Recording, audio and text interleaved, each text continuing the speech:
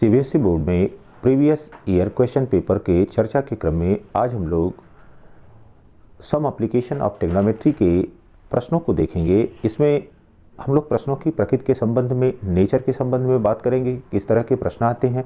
साथ ही साथ हम लोग देखेंगे कि प्रश्नों को हम किस प्रकार से आसानी से और अच्छी प्रकार से समझते हुए लगा सकें, जिससे हमको जो मार्किंग सिस्टम है उस मार्किंग सिस्टम से अच्छी प्रकार से अंक। यहाँ पर सम एप्लीकेशन ऑफ ट्रिग्नोमेट्री के क्वेश्चंस को हल करने के लिए सबसे पहले प्रश्नों को हमने समझना है कि प्रश्न क्या दिया गया है। पहला क्वेश्चन जो यहाँ पर 2020 का है उसमें कह रहा है a vertical tower stands on a horizontal plane surmounted by a vertical flag staff of height 6 metre at a point on the plane. The angle of elevation of the bottom and top of the flag staff are 30 degree and 45 degree respectively. Find the height of tower. तो सबसे पहले हमने कहा कि आपको प्रश्न को समझना है कि प्रश्न क्या है। यहाँ पर a vertical tower stands on a horizontal plane कह रहा है कि एक समतल पर यहाँ पर एक टावर खड़ा है। तो एक टावर है और यहाँ पर एक प्लेन की बात कर रहा है, एक समतल पर एक टावर है। फिर आगे कह रहा है and is surmounted by a vertical flag staff. अब इसके ऊपर यहाँ पर जो टावर बना हुआ है, इस टावर के ऊपर एक पोल लगा हुआ है जिसमें झंडा लगा हुआ है। तो फ्लैग स्टाफ का मतलब जो पोल लगा होता है झंडे में उसको फ्लैग स्टाफ कहते हैं। तो यहाँ पर अब इसके ऊपर एक पोल लगा हुआ है, इस पर एक फ्लैग या झंडा लगा हुआ है कोई, यहां पर इसको बना दिया हमने। फिर आगे कह रहा है कि इसकी हाइट कितनी है, 6 मीटर है। तो यहां पर ये टावर हमारा है और यहां पर ये जो फ्लैग लगा हुआ है पोल के साथ, यह 6 मीटर हाइट का है। अभी हमने पता नहीं है कि हमारा जो टावर है उस टावर की हाइट कितनी है। फिर कह रहा at a point on the plane the angle of elevation of the bottom and the top of the flag staff are 30 degree and 45 degree respectively. तो यहां पर धरातल पर कोई ऑब्जर्वर है, कोई बिंदु है और यहां से हमको देखने पर यह पता चल रहा है कि एंगल ऑफ एलिवेशन जो फ्लैग लगा हुआ है उस फ्लैग का जो बॉटम है उस बॉटम का कितना है, और साथ ही साथ यहां पर इसके टॉप का, दोनों का यहां पर एंगल ऑफ एलिवेशन दिया गया है। बॉटम के लिए यहां पर दे रहा है कि angle of elevation is 30 degree and top के लिए यहां पर 45 डिग्री ये है। अब हमने हाइट पता करना है कि यहां पर जो टावर है इस टावर की हाइट कितनी होगी। तो यहां पर हम मान ले रहे हैं कि let the height of the tower is equal to h। फिर अब यहां पर मार्किंग कर दीजिए, ये A, B and C। So AB is height of tower, height of tower is equal to h। यहां पर हमने इसको मान लिया लेट। फिर यहां पर OA is equal to x, ये भी हमने मान लिया कि यहां पर जो ऑब्जर्वर है इस जो टावर है उस टावर से x दूरी पर है, x डिस्टेंस पर है, ये हमने मान लिया। फिर यहां पर BC is equal to 6 metre and ये गिवन है, हमको दिया गया है। तो what we have to calculate what is the height of the tower, h हमने कैलकुलेट करना है। सबसे पहले अब कोई भी ट्रायंगल आप ले सकते हैं। ट्रायंगल आप पहले जो कम एलिवेशन वाला है उसको ले सकते हैं, जो अधिक एलिवेशन वाला ट्रायंगल है उसको ले सकते हैं। तो यहां पर triangle OAB, in triangle OAB tan 30 degree is equal to AB upon OA is equal to perpendicular upon base. tan 30 is equal to 1/√3 and AB is equal to h and this one OA is equal to x this implies that x is equal to root 3h. This is the equation number 1. Now take triangle OAC. In triangle OAC, tan 45 degree is equal to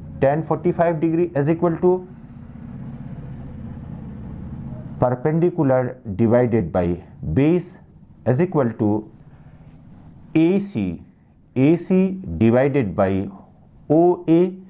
Tan 45 is equal to 1 is equal to AC is equal to AB plus BC divided by OA. 1 is equal to AB H plus 6 divided by x. This implies that x is equal to H plus 6. So we have obtained two equation 1 and equation 2. So substitute the value or equate from equation 1 and 2. From equation 1 and 2, left hand side of both equation are equal. This means that root 3 h is equal to h plus 6. This implies that root 3 h minus h is equal to 6, or root 3 minus 1 h has taken common is equal to 6. This implies that h is equal to 6 divided by root 3 minus 1. 6 divided by root 3 minus 1 into root 3 plus 1 divided by root 3 plus 1 is equal to 6 into root 3 plus 1 divided by 3 minus 1. We have used a square minus b square is equal to a plus b into a minus b. तब h is equal to हो गया 6 into root 3 plus 1 divided by 2. 2 1 जा 2 and 2 3 जा 6. 3 into root 3 plus 1 and value of root 3 is given as 1.73. So 3 into and 1.73 plus 1 is equal to 3 into 2.73 is equal to 918. So the height of the tower, height of tower is equal to 8.19 meter. In question 2, the ratio of the length of the vertical rod and the length of its shadow is 1:3.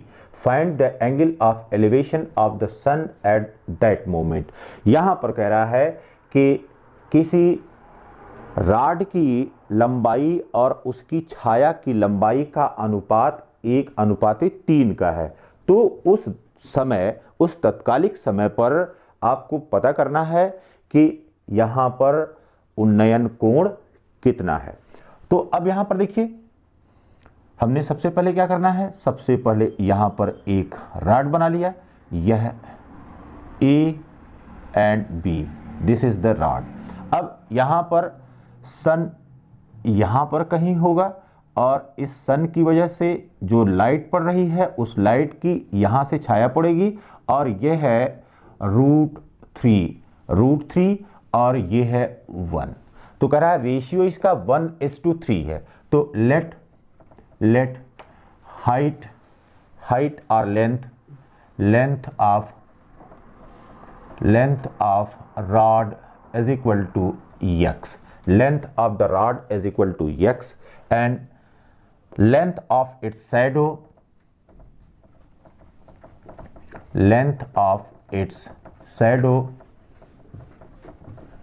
is equal to root 3x. So it become root 3x and it is 1 into x, and here is angle theta. So theta is angle of